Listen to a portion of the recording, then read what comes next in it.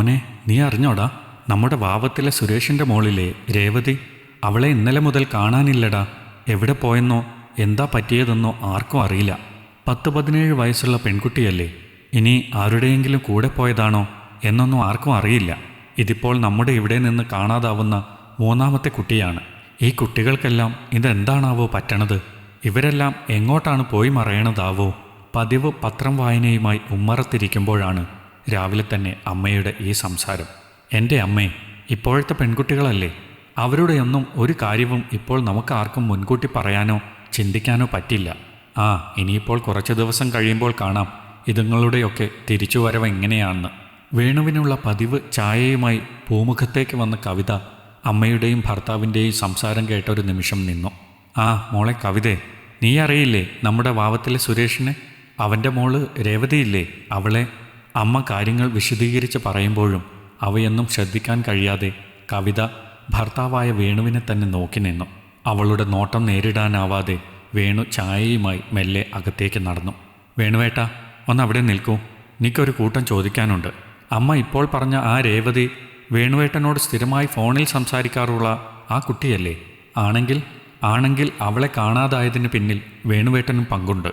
അതിൽ മാത്രമല്ല, ഇവിടെ നിന്ന് പലപ്പോഴായി കാണാതായിട്ടുള്ള പല പെൺകുട്ടികളും വേണുവേട്ടൻ്റെ ഫോണിലേക്ക് പല പ്രാവശ്യം വിളിച്ചവരാണ്. എനിക്കറിയാം. നിനക്കെന്തറിയാമെന്ന്? നിന്നോടാരാടി ശവമേ ഞാനറിയാതെ എൻ്റെ ഫോൺ എടുക്കാനും പരിശോധിക്കാനും പറഞ്ഞത്? ആണുങ്ങളാവുമ്പോൾ അങ്ങനെ പല ചുറ്റിക്കളികളും ഉണ്ടാവും എന്ന് കരുതി നാട്ടിലെ വേലി ചാടുന്ന പെൺപിള്ളേരെല്ലാം എൻ്റെ പുറകെയാണെന്ന് പറഞ്ഞാലുണ്ടല്ലോ, 10 തികഞ്ഞു നിൽക്കുകയാണെന്നൊന്നും ഞാൻ നോക്കൂല, വലിച്ചു കയറും ഞാൻ. അറിയാം വേണുവേട്ടാ, നിങ്ങൾ എന്നെ കൊല്ലാനും മടിക്കില്ലാന്ന്. അറിയാലോ. കാണാനൊരു ഭംഗിയുമില്ലാത്ത എല്ലുന്തിയ നിന്നെ ഞാൻ കല്യാണം കഴിച്ചത് നീ എൻ്റെ അമ്മാവൻ്റെ മകളായതുകൊണ്ടൊന്നുമല്ല. നിന്നെ കെട്ടിയാൽ കിട്ടുന്ന കോടികൾ കണ്ടിട്ട് തന്നെയാണ്. പിന്നെ ഈ മാതിരി വർത്തമാനം ഇനി മേലാൽ പറഞ്ഞാൽ അറിയാലോ എന്നെക്കുറിച്ച്. നിൽക്കും നീ നിറവയറുമായി മുട്ടുകാലിൽ നേരം വെളുക്കണതുവരെ നമ്മുടെ മുറിയിൽ. അറിയാലോ. അറിയാം നിങ്ങളൊരു പിശാചാണെന്ന്. അതറിയുന്ന ഏക ആളും ഞാനാണല്ലോ. പുറത്ത് നിങ്ങൾ മാന്യൻ, സർവഗുണ സമ്പന്നൻ, അമ്മയുടെ സാരിത്തുമ്പിൽ നിന്ന് പിടിവിടാത്ത, നാട്ടുകാരുടെ ഏതു കാര്യത്തിനും കൂടെ നിൽക്കുന്ന പൊതുപ്രവർത്തകൻ. എല്ലാം ശരിയാണ്. പക്ഷേ നിങ്ങളുടെ ഉള്ളിലെ പിശാചിനെ അതിവർക്കാർക്കും അറിയില്ല.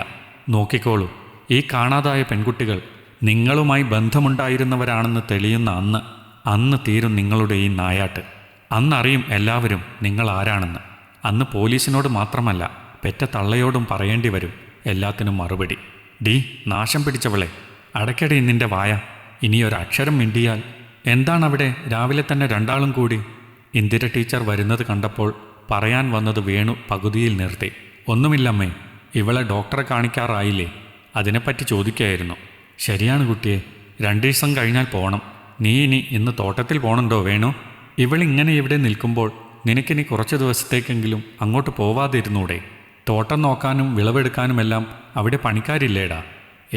അതൊന്നും ശരിയാവില്ലമ്മേ. ഇപ്പോൾ തന്നെ ഏലക്ക വിളവായി. ഇനി കുറച്ച് ദിവസം ആ തിരക്കാണ്. ഇന്ന് പോയാൽ ഇനി 2 ദിവസം കഴിയും ഞാൻ വരാൻ. ഇവിടെ മനു ഉണ്ടല്ലോ, എന്തെങ്കിലും അത്യാവശ്യം വന്നാൽ അവൻ നോക്കിക്കോളും.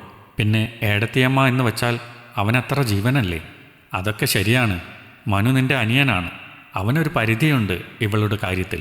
നീ വരണം ആശുപത്രിയിൽ പോവാറാവുമ്പോഴേക്കും. ശരിയമ്മേ, സമ്മതിച്ചു. കവിതേ, നീ എനിക്ക് പോവാനുള്ള കാര്യങ്ങൾ ചെയ്യും. വേണുവിൻ്റെ പെട്ടെന്നുള്ള ആൾമാറാട്ടം കണ്ടു പകച്ചു നിന്ന കവിത ഒന്നും പറയാതെ അകത്തേക്ക് നടന്നു. ആ പോക്ക് നോക്കി നിൽക്കവേ വേണുവിൻ്റെ ചുണ്ടിൽ ക്രൂരമായൊരു ചിരി വിടർന്നു. മകരമഞ്ഞ് വീണറിഞ്ഞുപോയ പുല്ലുകളിലൂടെ വേഗത്തിൽ സൈക്കിൾ ചവിട്ടവേ ബെന്നി ആകെ വിയർത്ത് കുളിച്ചിരുന്നു. എടാ ബെന്നിയെ, ഇതെങ്ങോട്ടാണ് നീ ഇങ്ങനെ വേഗത്തിൽ? അപ്പോൾ നിങ്ങളൊന്നും അറിഞ്ഞില്ല രാമേട്ടാ, നമ്മുടെ ഇന്ദിര ടീച്ചറുടെ മോൻ വേണുവിനെ കാണാനില്ല 2 ദിവസമായിട്ട്. തോട്ടത്തിലാവുമെന്ന് കരുതിയിരിക്കുകയായിരുന്നു ഇതുവരെ. പക്ഷേ അവിടെയൊന്നും ഇല്ലാന്ന്.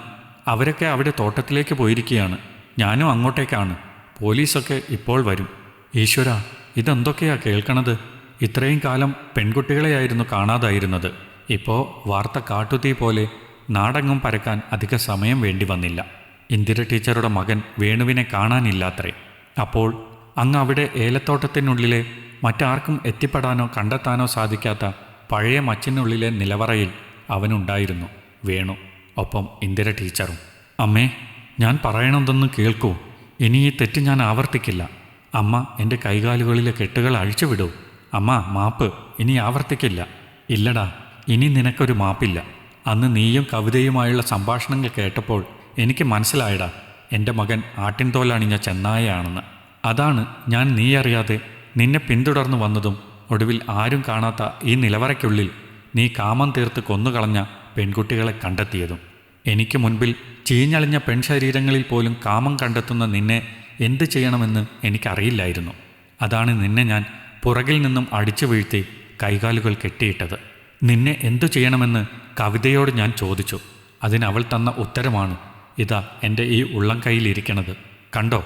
അമ്മയുടെ കയ്യിലേക്ക് നോക്കിയ വേണു കണ്ടു താൻ കവിതയുടെ കഴുത്തിൽ അണിയിച്ച താലിമാല അമ്മയുടെ കൈക്കുള്ളിൽ. അതേടാ, നിനക്കവളും വിധിച്ചത് മരണശിക്ഷയാണ്. പണ്ട് മുൻ തലമുറക്കാർ ആരും കാണാതെ പണിതിട്ട ഈ നിലവറ നീയൊരു ശവപ്പറമ്പാക്കി മാറ്റിയില്ലേ?